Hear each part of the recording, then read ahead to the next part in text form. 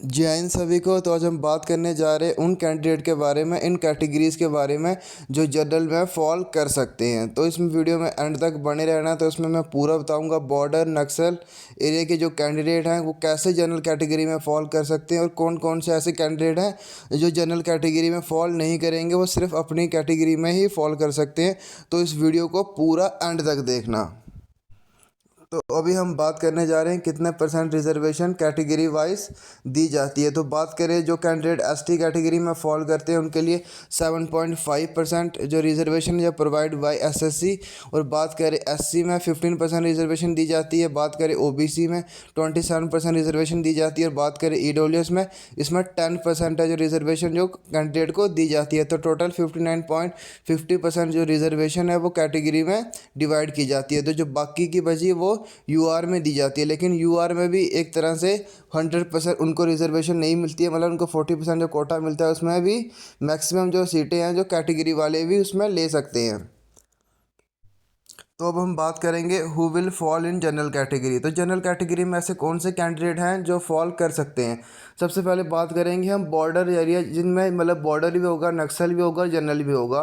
तो उसमें बात करेंगे कौन कौन से कैंडिडेट हैं जो जनरल में फॉल कर सकते हैं।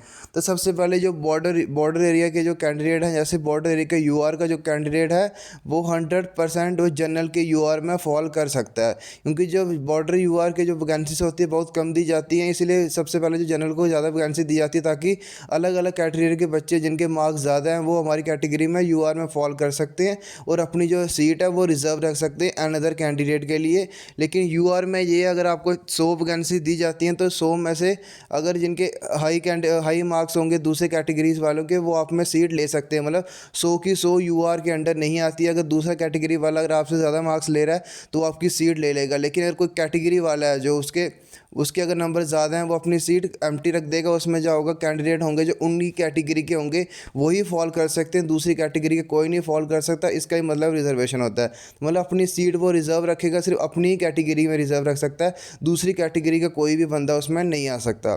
तो बात करें जैसे कि अभी कोई बॉर्डर यूआर का कैंडिडेट है, बॉर्डर यूआर का कैंडिडेट है वो इजीली जनरल यूआर में फॉल करेगा। लेकिन अगर कोई ईडब्ल्यू एससी एसटी ओबीसी का बॉर्डर का जो कैंडिडेट होगा वो लेकिन जनरल में यूआर में फॉल नहीं करेगा, वो सिर्फ अपनी ही रिजर्वेशन में फॉल करता है। जैसे कोई बॉर्डर का एससी का कैंडिडेट है वो जनरल एससी में ही जाएगा, वो जनरल यूआर में नहीं जाएगा। अगर ऐसा होता गया, अगर सब यूआर में होते गए तो मतलब यूआर की तो कैटेगरी गई, मतलब उसमें तो यूआर वालों को सीटें नहीं मिलेंगी।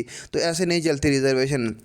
तो अभी आप देख सकते हो, तो जैसे ओबीसी ईडब्ल्यू एसटी एससी को बता दिया वो अपनी ही रिस्पेक्टिव कैटेगरीज में फॉल कर सकते हैं। जैसे कोई यू बॉर्डर का है, बॉर्डर एसटी एससी हो गए, ये सिर्फ अपनी जनरल एससी एसटी में फॉल करेंगे। तो मतलब जो जनरल वाले होंगे एसटी एससी, अगर आपका उनसे आपके नंबर कम है और बॉर्डर वालों के ज़्यादा है तो समझ लेना कि वो आपकी सीट ले सकते हैं अपनी कैटेगरी में। तो देख सकते हैं अभी आप। तो अभी हमने देख लिया कि कौन कौन से कैंडिडेट हैं जो जनरल कैटेगरी में फॉल कर सकते हैं, और बात करें अभी कौन कौन से ऐसे कैंडिडेट हैं जो जनरल कैटेगरी में फॉल नहीं कर सकते।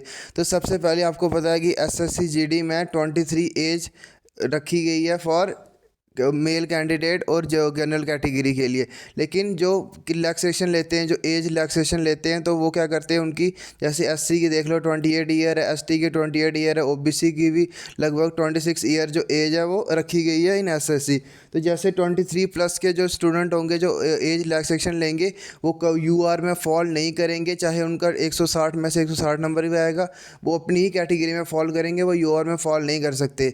लेकिन कुछ ऐसे कैंडिडेट हैं जैसे जो हाइट में रिलैक्सेशन लेते हैं, एसटी के कैंडिडेट जो हाइट में लेते हैं, चेस्ट में रिलैक्सेशन लेते हैं, तो उनका क्या किया जाता है, उनको भी अपनी ही कैटेगरी में फॉल कर सकते हैं, यूआर में फॉल नहीं कर सकते। तो आप देख सकते हैं कि इस तरह से रिजर्वेशन वर्क करती है।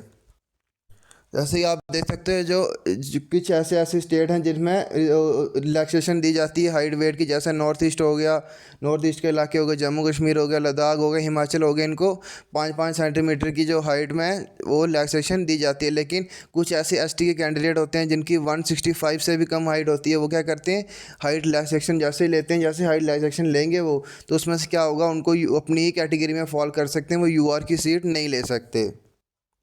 तो आप देख सकते हैं। और यूआर की कैटेगरी में और कौन कौन से ऐसे कैंडिडेट हैं जो यूआर की कैटेगरी में फॉल कर सकते हैं। तो सबसे पहले जैसे ही जनरल एरिया की बात करेंगे, बॉर्डर एरिया में सेम ही, नक्सल एरिया में सेम ही लागू होता है।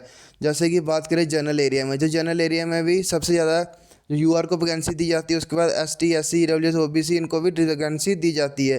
तो इसमें से जो कैंडिडेट के हाई नंबर होंगे, जिनके हाई नंबर होंगे, वो क्या करेंगे, अपनी सीट छोड़ के जनरल कैटेगरी में बैठ सकते हैं। और जिनके कम नंबर होंगे वो अपनी में ही बैठ सकते हैं। जैसे कोई जनरल कट ऑफ गया 100 का, किसी एससी के कैंडिडेट के 102 नंबर होंगे, वो यूआर की सीट में जाएगा, अपनी वो सीट रिजर्व रख लेगा, और कोई दूसरा एससी का कैंडिडेट आएगा वो उस पर बैठ जाएगा।